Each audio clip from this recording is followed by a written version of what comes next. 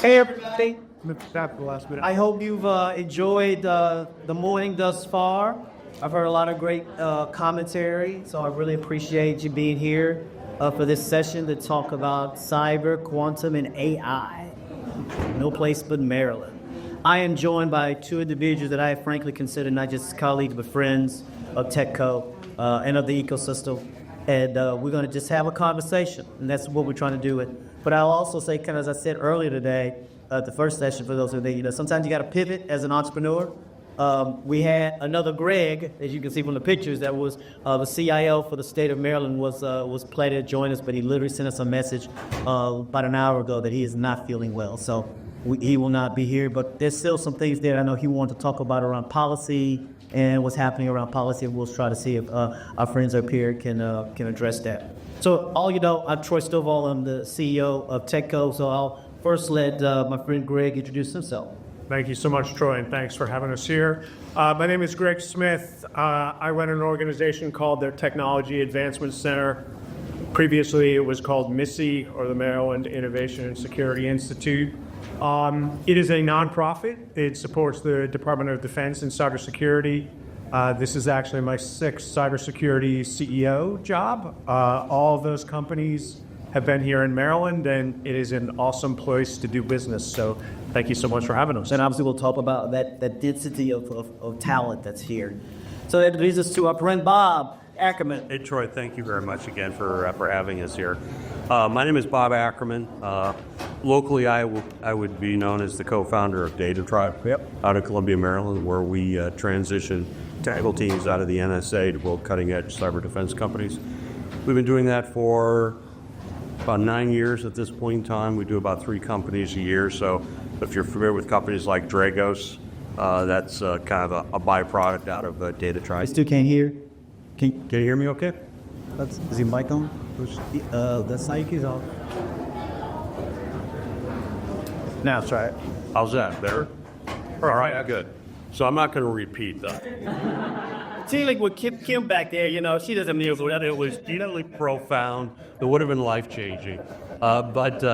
Short story on myself. I'm a Silicon Valley refugee that spends a fair amount of time here in Maryland. Built a number of companies in Silicon Valley as an entrepreneur, and then jumped to venture capital almost 30 years ago. I lead an organization called AllegisCyber, which is based in Palo Alto, which is the first dedicated cyber venture firm in the world. And out of AllegisCyber, we started Data Tribe to really catalyze the innovation ecosystem for cybersecurity in and around Maryland. So I'm unabashedly a huge fan and supporter of what we're doing here in Maryland. As Troy knows, I always want to go faster. I always want to go bigger there. And, that's what we're trying to do. So thanks for it. No, thank you both. And so you both started with cyber, right? But this session is about this intersection of cyber and quantum. And I'll go ahead and put my own biases out there. This notion of AI being this new thing it's a little bit of a fallacy for me. If you know, the AI has been around the term's been around since the 50s. I think what's great that we talked about this is with ChatGPT, God bless it, it put it in every man's hands, right? It created, and the analogy that I use with these guys when we're talking is, those of us are old enough to remember when the personal computer all showed up on our desk, and we thought the world was going to go to hell back then. And now we're saying some of the same things about AI. And I think it's just another analytical tool that we have available. But the point being is, what's this Maryland? Why Maryland? And quantum is still, and I know we got some college party folks here, so please forgive me, but it's still a little more science fiction than science. If anybody understands quantum and can explain it to me, God bless you. But Gregg, this intersection that is coming together in Maryland. How do you see it, and what do you see as some of the early opportunities that could happen at that intersection? Yes. Same for you, Bob. Yes, so I think your point is very well taken. I think we have an amazing ecosystem here. We have over 700 cybersecurity companies in the state right now. And certainly what's happening in College Park with quantum is really starting to, accelerate things for the state from that standpoint. In my organization, as I said earlier, we do a lot of tech scouting, and we have companies from all over the country come and visit us, and we've seen some amazing AI companies, both internally in the DMV, but also, from Silicon Valley. And, today the Department of Defense has over 800 different AI projects going on right now, some at scale, some, all very small scale, but, they're really trying to adopt AI. And if you really want to have a laugh and you look at this face and you look at that face, right, that is an AI picture, right? Oh, it's a Photoshop. Yeah, that's the same, but sorry. Same thing. But that actually was done by one of my employees just messing around, and I decided I would use it for this particular conversation. But, no doubt in my mind that AI is here to stay. Certainly there is a broad intersection between AI and cybersecurity right now. That's one of the areas where we're starting to see, a lot more companies try to play. We're also starting to see some companies that are playing with securing the large language models within AI, which is, an area that I think is very important. We have not really adopted one of those companies yet in our facility, but it's clearly something that I think, is going to explode in the future. I'm going to come back. We're going to talk more about tech. But Bob, I want to question, but I want to pivot a little bit. Obviously, you're an investor. And so from an investment point of view, because, one of the things is always, when an investor, sometimes we get to check, investors sometimes chase those early things, and those things create the bubble. What are those areas that really you see have real traction, though, in this space, particularly in this intersection? Well, look, I think back up just for a moment, what makes Maryland so damn interesting and so compelling is the fact that the U.S. government has been making massive investments in cyber and cyber-related technologies for decades. Tens of billions of dollars. How's that set there? I will project. What I said was really profound. But, the fact that the government has been investing tens of billions of dollars a year for decades, developing very advanced cyber capabilities, creates a reservoir of expertise here that really is unique in the world, both in terms of the depth of expertise, but the scale of that expertise. And that's important for a guy like me, who does nothing but cybersecurity, because, when I started on the cyber journey 25 years ago, one of the early realizations was the fact that cyber, unlike any other area of technology, the innovation is driven by the offense. The offense are the guys that wake up every day trying to find ways to compromise digital infrastructure to achieve whatever their nefarious goals and objectives are. And they are incredibly bright, phenomenally motivated, and unconstrained in their behavior. Sometimes they work for us, sometimes they work for the other side. But if you want to build cutting-edge cyber defense, and it's the only kind of defense that matters, second best doesn't get you anywhere in cybersecurity. You've got to learn from the offense. And so for me, when we started building companies in Maryland, there was a realization that, number one, I could no longer pull teams from Fort Meade to Palo Alto. The economics of doing that, just fell apart. And so it was either give up on the playbook or find a way to develop an ecosystem in Maryland. And when we got out here, what we found was the largest concentration of cyber engineering in the world, byproduct of that massive government investment, a lot of deep offensive and related data science expertise, 17 cyber centers of excellence, University of Maryland graduating more cyber degrees than any other university system in the United States. So from a human capital perspective, you had both the scale and the quality that are essential to drive cutting-edge cyber innovation. What didn't exist, quite frankly, was a mature capital ecosystem that would allow it to compete with, say, Silicon Valley or Utah, and not that product tradition that typically the venture community looks for. It was services-oriented or government contracting-oriented. So when I look at it today, at Data Tribe, we've started 25 plus companies, companies that are creating entirely new categories. based on leveraging that offensive capability coming out of national intelligence. I am more convinced than ever that if you want to build cutting-edge cyber defense, you do it in Maryland. And you don't really think about doing it too many other places. You don't do it in Silicon Valley. The expertise that we take for granted in Maryland does not exist in Silicon Valley. There are things that exist in Silicon Valley, like a capital ecosystem, a product management orientation, a lot of that infrastructure for building companies. But with respect to domain expertise in and around cyber, it doesn't exist. What exists there has been transplanted from Maryland, trying to basically attract it to Silicon Valley because of access to capital. So, that's why I'm here. That's why we do what we do here. And I'll tell you, when we started Dragos as the first industrial security company, the Silicon Valley reaction to Dragos was, Bob, you do realize there's no industrial security market. And what in the hell are you doing in Maryland? That's no longer the conversation.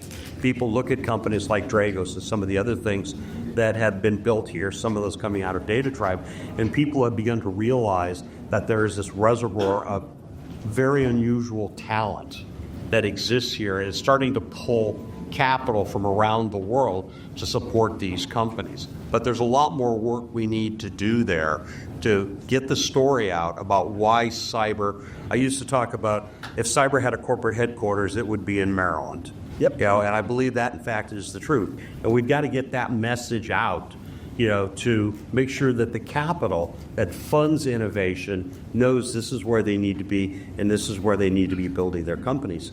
I think as we transition to the subject today, talking about artificial intelligence and talking about quantum, once again, we're in a very unique position as we're sitting next to the leading research institutions in the world in terms of the application of this technology to cybersecurity, specifically the areas in and around national defense and national intelligence.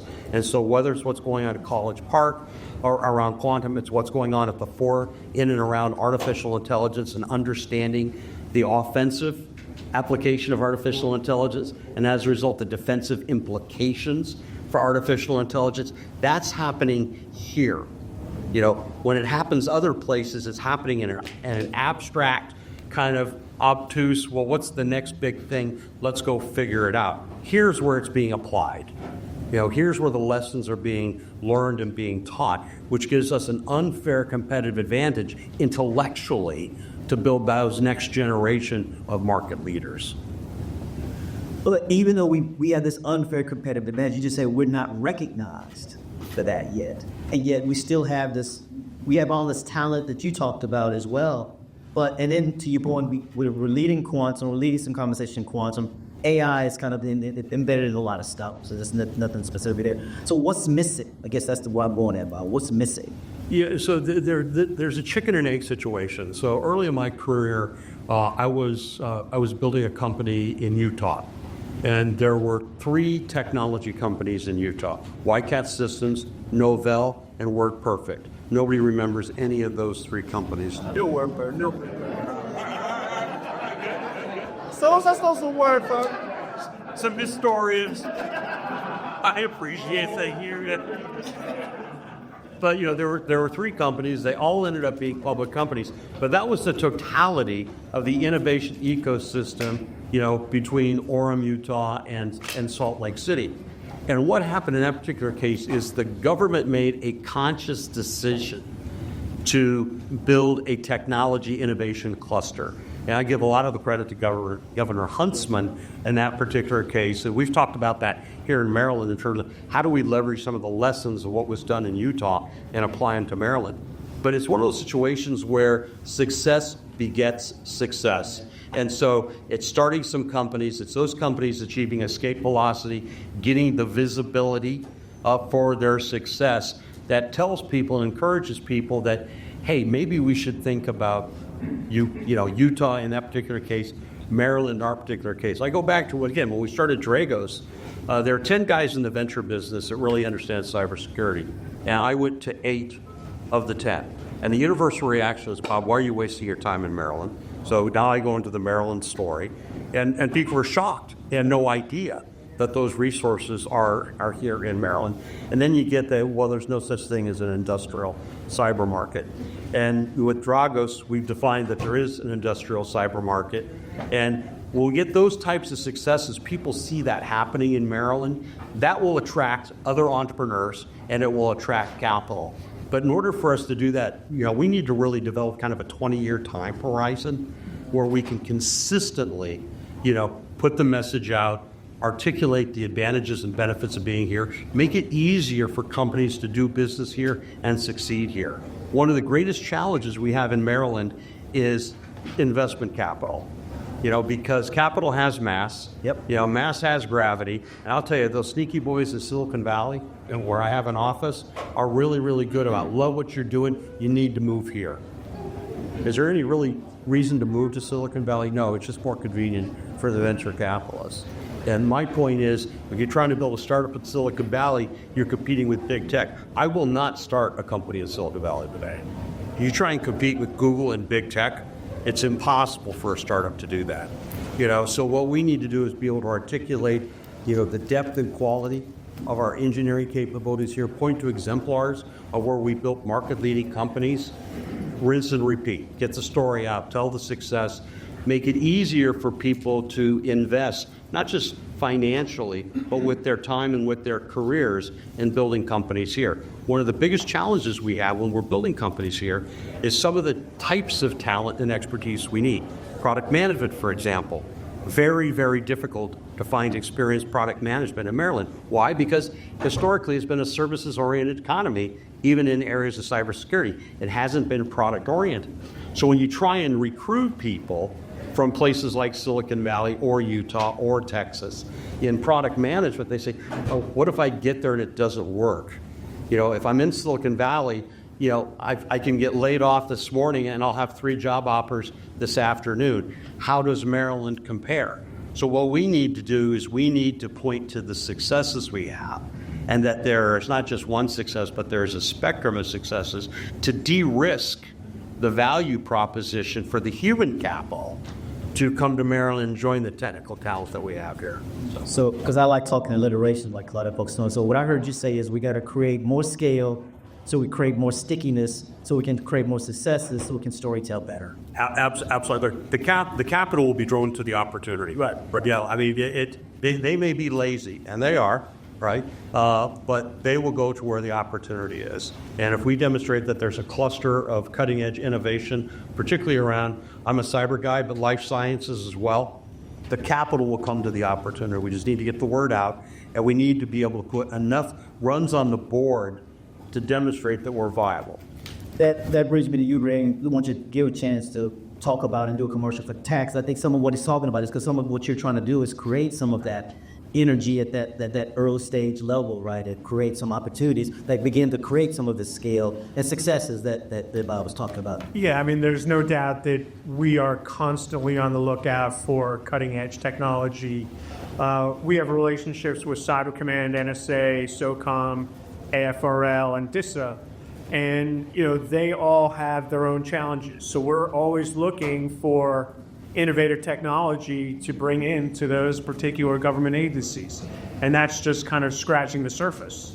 I mean, what Bob says is so accurate as a longtime entrepreneur in the space. Raising capital with the DC area is really, really hard. It just really is. And, fortunately, Bob and Data Tribe, I've been involved with 2 companies with Bob and a couple companies with Troy as well through TechCo. But, there's not a lot of investors out here that are really, chasing some of these really early stage companies, which is frustrating. I think one of the good things that we've seen, and Bob, I don't know if you consider the Ghoul as a competitor, but Ron Ghoul had a tremendously successful exit in Tenable, and he and Cindy have done an amazing job of trying to build out this ecosystem. But can you compare it to Boston, Austin, and Silicon Valley? Right now, we can't. We just can't. You think about SourceFire, which IPO'd and then got sold to Cisco for $3.2 billion. those folks that made a lot of money, they've gone off and done other things. They haven't gone out into the ecosystem and helped per se. And that is, as Bob said, that's absolutely what we're missing. And, if you are a startup in the audience, having the opportunity to work with someone like Bob, who I value as one of the smartest men I've ever met in venture, if not the smartest, take the opportunity to get to know him and the Data Tribe guys. Could you say that again? The Data Tribe guys, decision, they got their heads, they can flip their heads. But I'm just being honest, right? There are not a lot of pure cyber players out there, and they're one of the best. So there's your commercial, Bob. But at the end of the day, capital is rough. Yeah, it jumps right. Just don't miss a building. It's everything. Obviously, Greg and I know each other really, really well, and the Goulas are really good friends, and are as committed as any of us are to seeing this ecosystem develop. One of the interesting things that I find about building companies here is culture. Yeah. And look, and I have it as a former CEO entrepreneur, I have a very strong bias towards culture. Culture wins. Amen. Culture beats everything at the end of the day. Now, one of the things I love about building companies here is the culture. The teams that we work with at Data Tribe typically are coming out of the National Security Agency. They're offensive or deep data science folks, and they have a culture that is focused on mission. And one of the things about building companies here is that mission orientation and the culture required to pursue that mission. That is an unfair competitive advantage. The culture in Silicon Valley is how fast can I either get a salary bump or go public and cash out. Amen. That's the culture.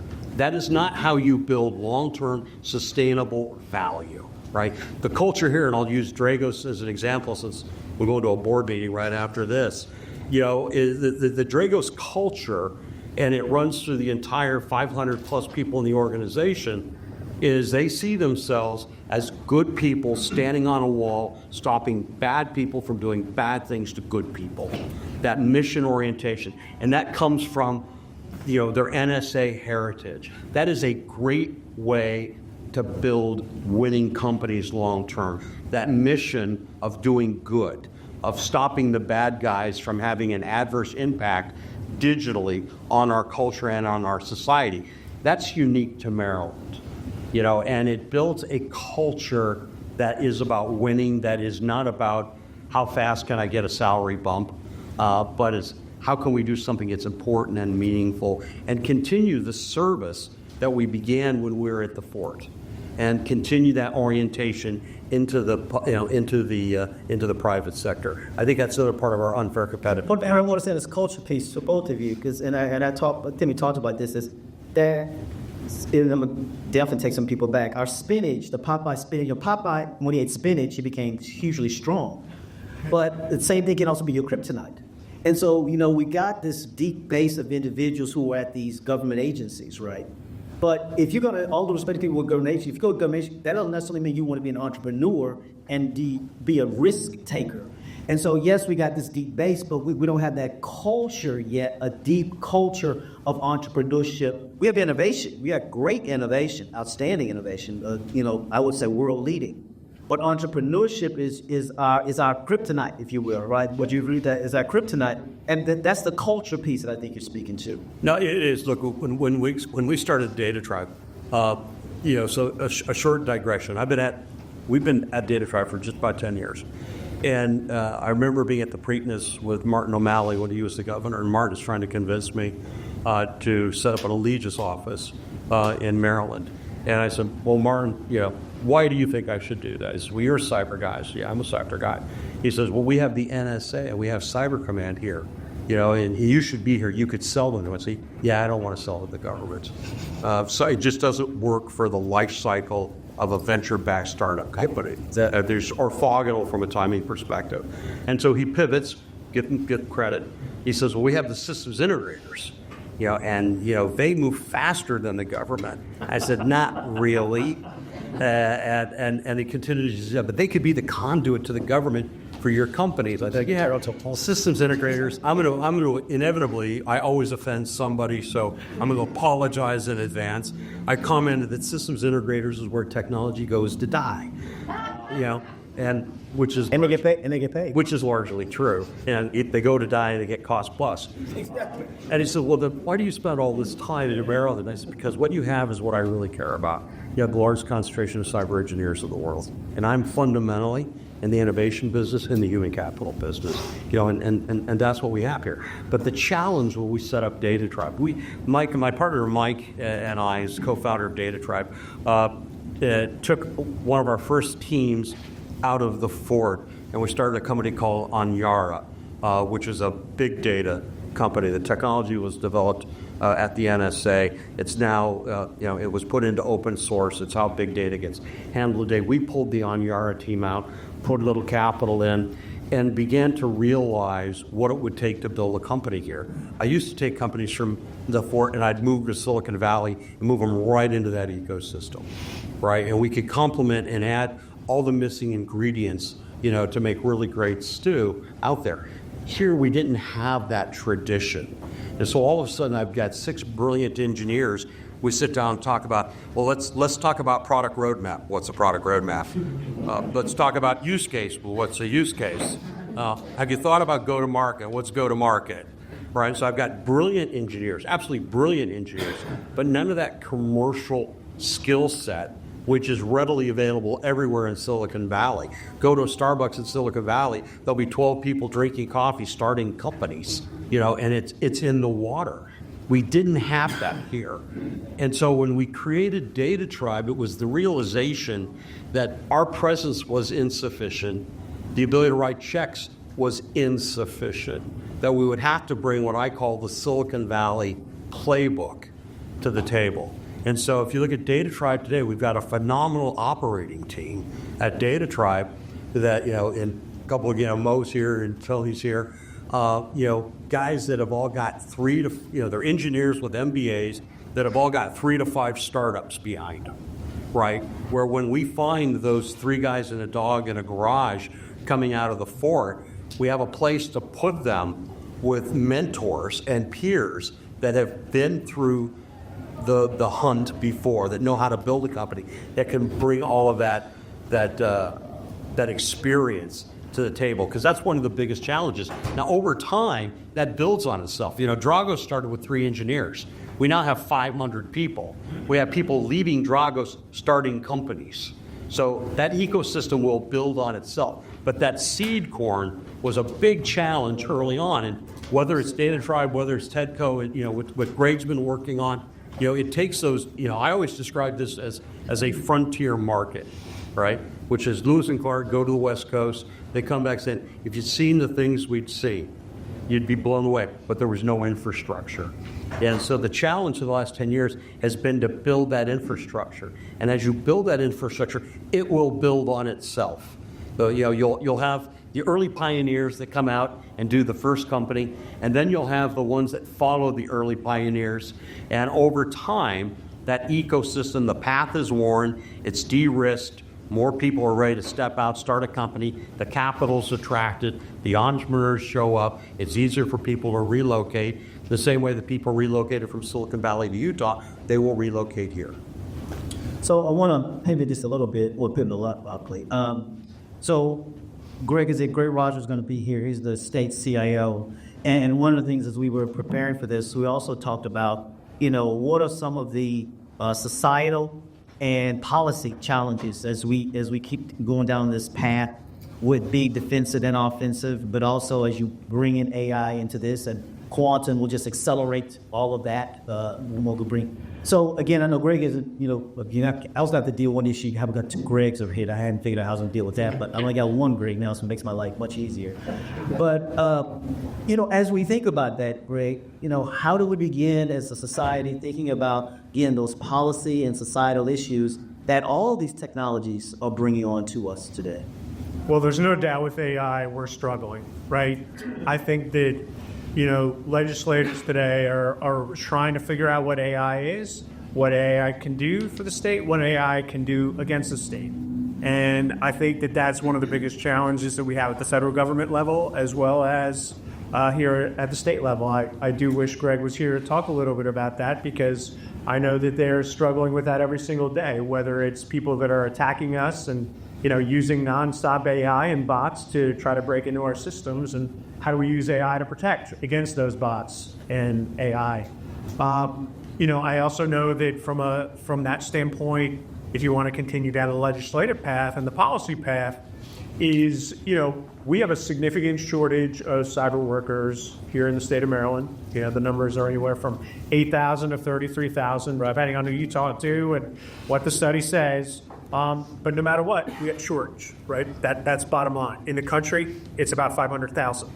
And the irony is we're one of the biggest producers. We are a huge. There's just not one producer, right? But the area is one of the biggest producers of producing that type. And that's the good news. The bad news is so many people are leaving the area from our colleges and universities, the NSA, et cetera, because the money in Boston, Austin, and Silicon Valley is significantly better than it is here. Bottom line. Because it's a government job, mostly government jobs. Well, there's a lot of government jobs for sure, and most of those jobs are with the big systems integrators, small businesses that are trying to sell into the government, not necessarily product oriented, right? But and Bob is nailing it right on the head. We are a service oriented state right now. We're trying to change it to product. I've only done product. TAC is my first services business, so it's a different animal. But at the end of the day, we need policy and money to help grow that cyber workforce that we desperately need. And I will say that the new administration in the state is doing a decent job at funding programs, but is, $1 million here and $1 million there good enough? Hell no, it's not.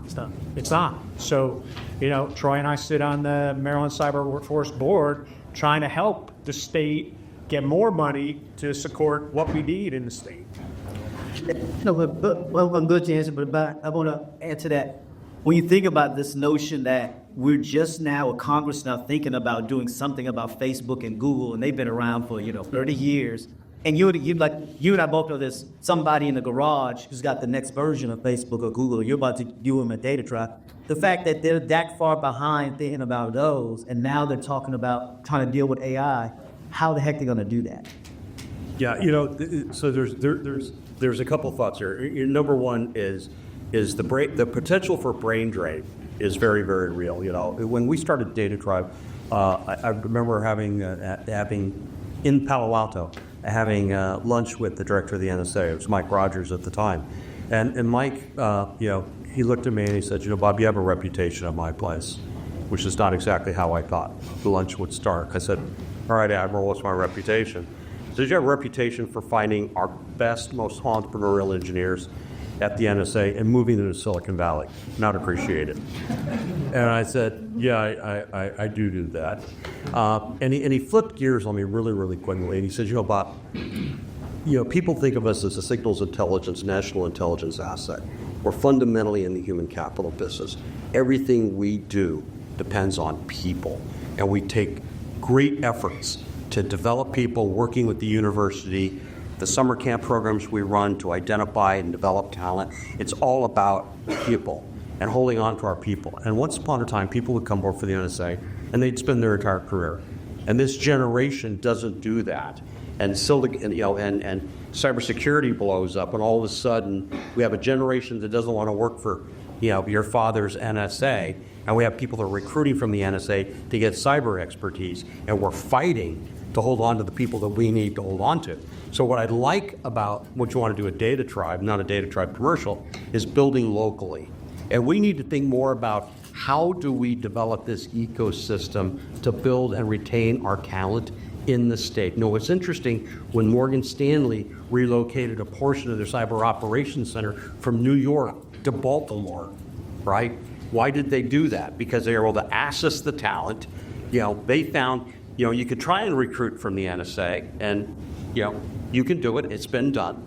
But if you can tell people, look, keep your house, kids stay in school, the commute is just 30 minutes to the other direction, it's a fundamentally different value proposition. So the more we're able to not only cultivate a startup community for innovation to diversify our economy within Maryland, but to get the big operators to set up their SOCs and their operation centers in Maryland. What does that do? It reinforces the ecosystem. It keeps people in Maryland contributing to that ecosystem, which is how we establish ourselves as the premier cyber center in the United States.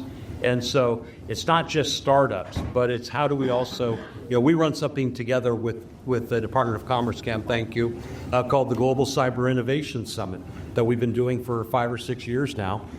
We do it here in Baltimore. Fortune 200 CISOs by invitation only, and they come to Baltimore. We do this with the NSA, the White House gets involved to talk about cyber innovation, but really to position Maryland at the forefront of cyber innovation and to give them a chance to come from New York or wherever they are in the United States, or people that come over from Europe, to look at Maryland and what's going on in Maryland. And you begin to get CISOs saying, maybe our next cyber operations center needs to be in Maryland, as opposed to adding more in London or adding more in New York. That's all about this integrated, holistic approach to building a self-sustaining ecosystem. Well, I guess that's what kind of the question is next. Is like, what is it? What is it that's what's the if you could wave the proverbial magic wand, both of you, the proverbial magic wand.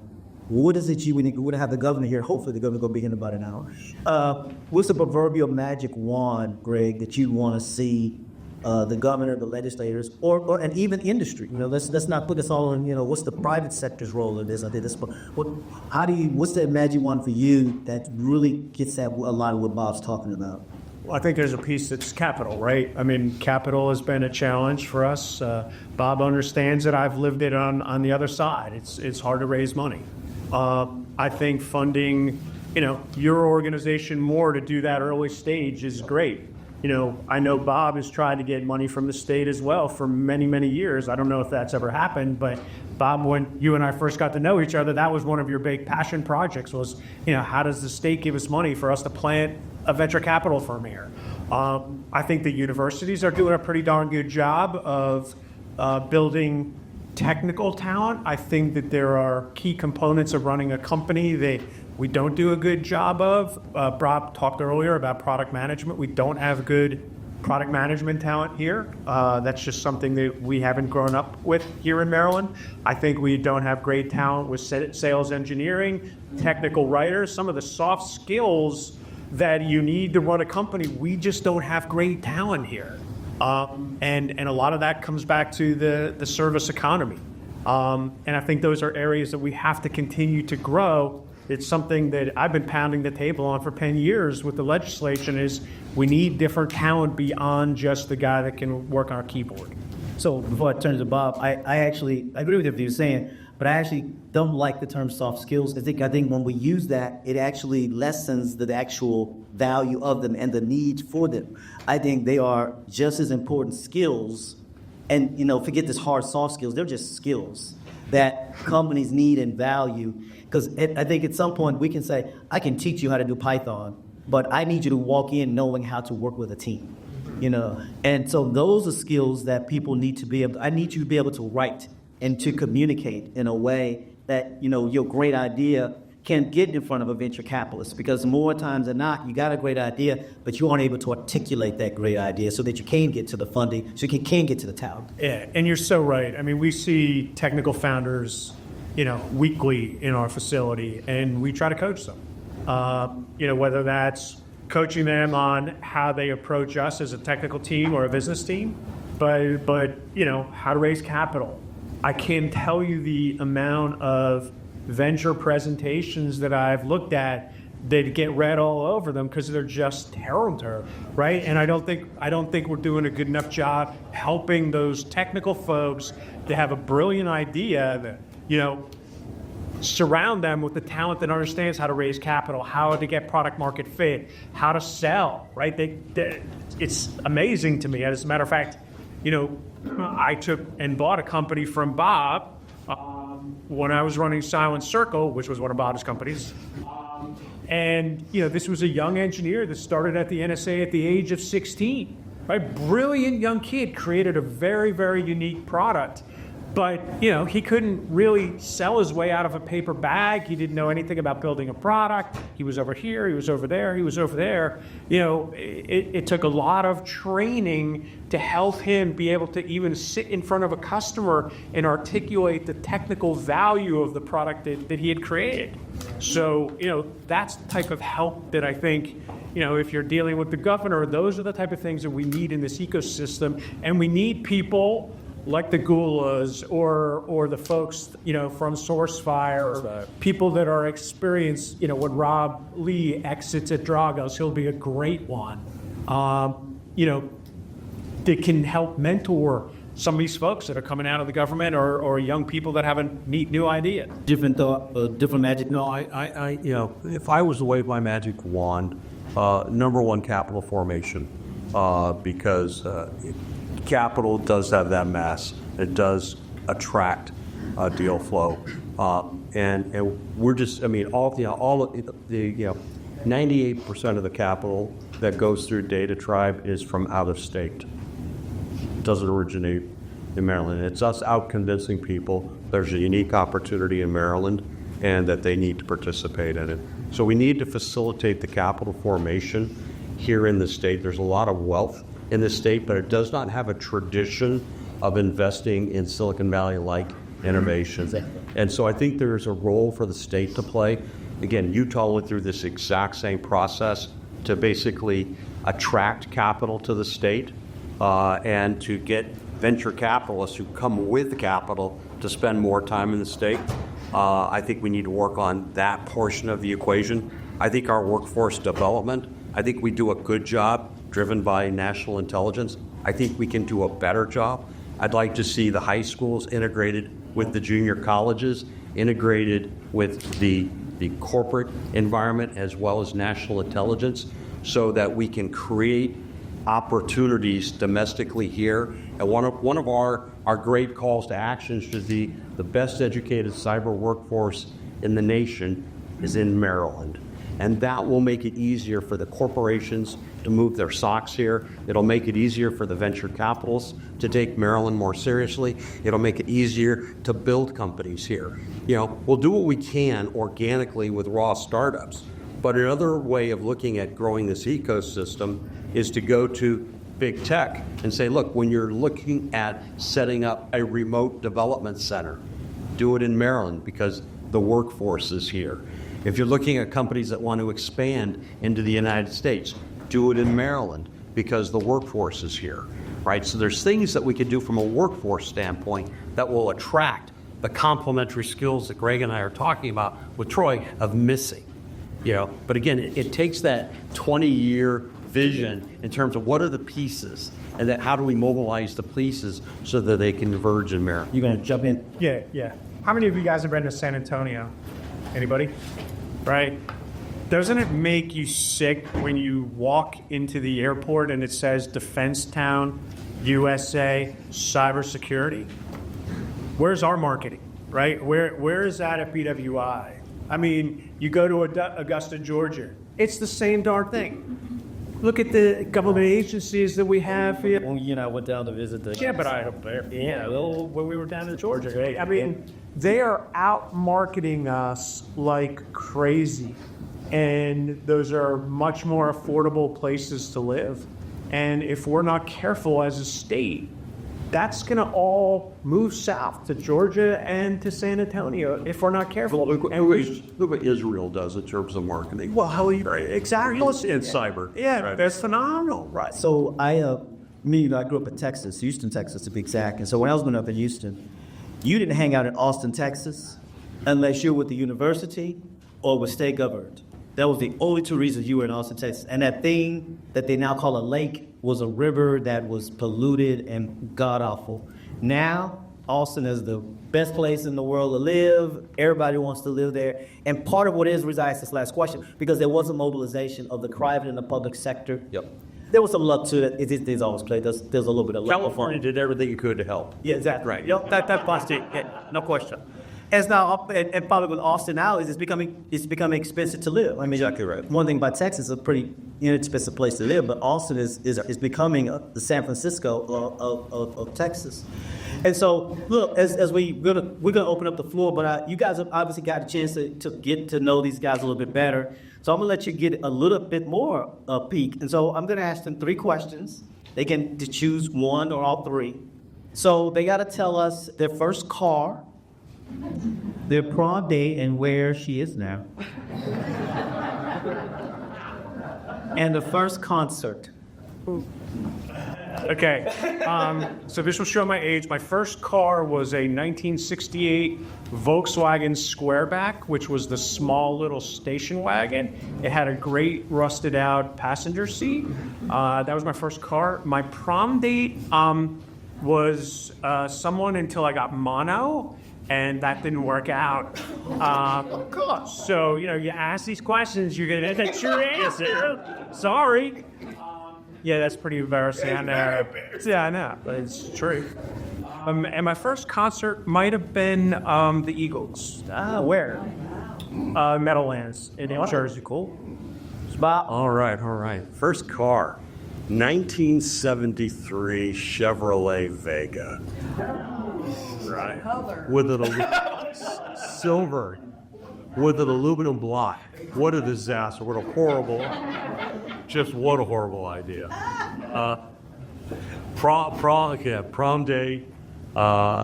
Pretty serious girlfriend for about 4 years, and then college kind of took us in different directions. She still lives in California. Merrick's got a couple of kids. And first concert would have been San Francisco. Bee Gees? No. You just had to. You just had to. Boy, it would have been. All right, Shana Na. You need a new song for the soundtrack, sounds like. So for me, first car was a 70, can't remember the year, but it was a Toyota Corolla. I used to joke that it had 2.5 cylinders, 0 to 60 in 2.5 days. Prom day was Rachel, her nickname was Cookie. She's a couple years older than I am, and she was taller. Never forget, she was taller, and so she didn't like the fact she was taller than I was, so she wore flats because she couldn't be taller than I was. She's in the Army, actually had a great Army career, lives in Virginia with a couple of kids. And first concert was Earth, Wind, and Fire. Earth, Wind, and Fire and the Isley Brothers. It was Isley Brothers. That's a good one. Isley Brothers. Ernie got down. And this is back when, you could smoke those things. And I was 10, 11 years old with my uncle. And I didn't know where contact high was, but I got a contact high. My mom was so mad. Was like, oh, what if I've run it? So with that, we're gonna open the floor up. We got a few minutes for questions from the floor, but not from the Dave Tribe guys. They can't say that. They got see hand in the back. Yes, sir. Bill Osternom is Morgan State working on an Optum sensor prototype. You may have talked about cyber. I do also include quantum, but I think we're also as a same institution in terms of quantum investment in Maryland. Here's the flagship institute. Morgan State by College Park was quantum before quantum came up. But right now, all I'm hearing in the news or social media is Chicago.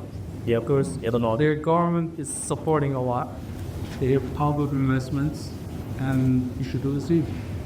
Yeah, I couldn't agree more. I mean, if you look at the Georgia Cyber Center, if I recall the numbers right, the state gave them $30 million right out of the gate to build that facility.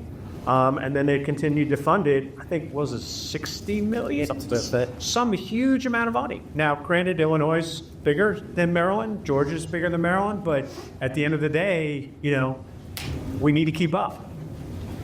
And again, I think the advantage that we have, again, is I have a very strong national intelligence orientation, and so the affinity between national intelligence and its demand for cutting-edge innovation to further its mission gets us a lot closer to use cases than a pure academic research institution. Google's quantum centers at the University of California, Santa Barbara, for example, they do great stuff there. But here we're driven by practical application of the technology against a national intelligence mission. I think that's part of our unfair competitive advantage. Quite frankly, if we're able to take that and combine that with our research centers and academia, we get to leverage the technical capabilities in some pretty unique ways, but we've got to step up the funding. It's great that the NSA can help with a lot of that funding, so it may not be state dollars, but it's federal dollars that get applied against these technology use cases. But, quantum is going to change everything. Yeah. Artificial intelligence is going to change everything. And those are two areas where we have a legitimate claim to be on the forefront of innovation in Maryland. Now, what we need to do is be able to catalyze the derivatives off the research to build the commercial companies that build off that core. Otherwise, it's a lost opportunity. We've got so much research in the state of Maryland. What we have not done well is capitalize the commercial derivatives of that research, which is where you get which is what Silicon Valley is all about. How did Silicon Valley happen? Stanford University and Berkeley. Yep, that's how it happened, right? Fred Terman went from MIT. There he goes. Yeah, exactly right. To Stanford University and began to say, how do we, the need at Stanford in particular was, as a private university, we need to find ways to capitalize our research and development to create an annuity to support the university. That's how Silicon Valley happened, right? And so we need to figure out how we're going to do that in the state of Maryland and not just be satisfied to be a leading research center. A lot to be proud of there. But if all we capture is the research, we're leaving, if you talk about icebergs, we're leaving 80% of the opportunity underwater. And we're not realizing that. I'll give you something practical, and Gregg's kind of mentioned a couple of times, and a couple of us in the room, almost a year ago now, went down to Augusta, Georgia. Now, what do y'all know about Augusta? It's a master's, right? So the Army moved a big chunk of their cyber stuff down not to Atlanta, Georgia, next to Georgia Tech, to Augusta, Georgia, with Augusta College. And the folks down there in Augusta got together, the city, the county, and they the state put up some money. They have these 2 twin buildings that are absolutely amazing. They got federal facilities, they've got state facilities, they've got startups, they've got mid-sized companies, all working together. They have a SOC there that's run by the students from Augusta College. And my observation, and again, Gregg and the others who were there, is to a little bit, I'll use a different word, because we have all the elements here in Maryland. What I saw there in Augusta was hustle. They had hustle. Because we got everything sitting in front of us, and it's like our plate is already full and we don't know what to do with it. They had to get their act together because the Army said, either you figure this out or we're not coming. We already got it all here.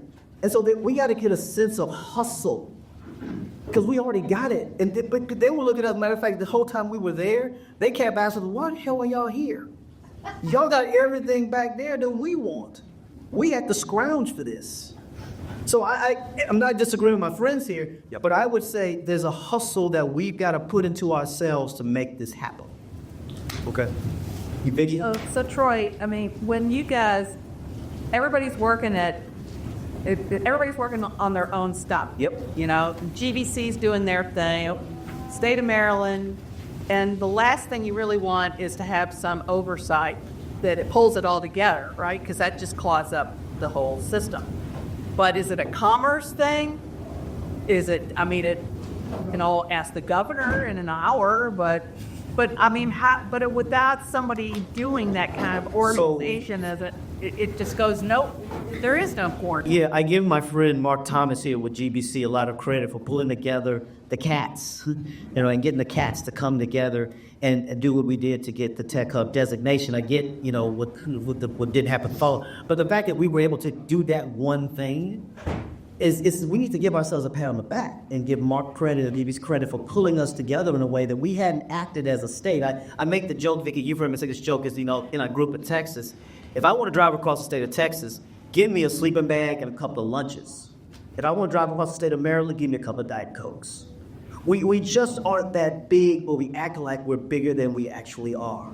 We're 6 million people, the same size as the city of Houston, where I grew up. We need to act, we don't need to have that organizational over, but we can act more as a state in order to get to that hustle. If Augusta can do what they pulled off when we saw at Augusta, we just sure the hell can do that here. I think we do it better. I really do. But you're dead. That's right. We talk about this. You know, we need the startup mentality. We don't have a startup mentality. That's our problem. We need to be hustlers, scrappy, and get it done, as opposed to talk. And we've done a lot of talking, and we better get to work. Amen. I see a couple of hands. My girl, shut it on up. Need a double because I'm so excited about the conversation and about the room. And I just want to let you know what's so exciting about it is those things are happening. Yep. The challenge and opportunity is everything's building in the individual areas, and now we're at the point of collaboration, and you have great leadership helping make sure they happen. Starting with the governor, it helped, and Mark Anthony, and everybody else is working, those things are happening. And so part of what the good and bad of us is that we have so many assets and so many tremendous things that it's hard sometimes to align around this one mission. When you had cities that had like this one thing that they do really well, it's easy for them to own that. What we're doing now, and it's still happening and emanating through Baltimore Together and through TDC and these efforts now, is what are those things that really, how do we rally together around it so that within everybody's line of sight, we can carve out the winners. I can talk about what's happening downtown from that same lens. Yep. But you're right, we can't have the different silos of confrontation, not necessarily the over, umbrella either, but we have to be connected. To that, and your point and Vicky's point, the whole point, one of the tenets of leadership, I argue, is followership. And we all have to learn that in certain things, we all have to just be the follower. We can't always be the leader, right? I have to follow you on certain things, and you have to follow me on certain things. And I think we finally have that culture of leaders who are willing to say, you know what, on that segment, that's Shalonda's. Shalonda needs to lead that. Mark needs to lead that. Troy needs to lead that. But that's going to take effort and 20 years of sticking to it in order to make that happen. You're trying to get in? Great. Well, I was just going to say, I think the good news about our state is we're very diverse, from agriculture to cybersecurity, AI, and quantum.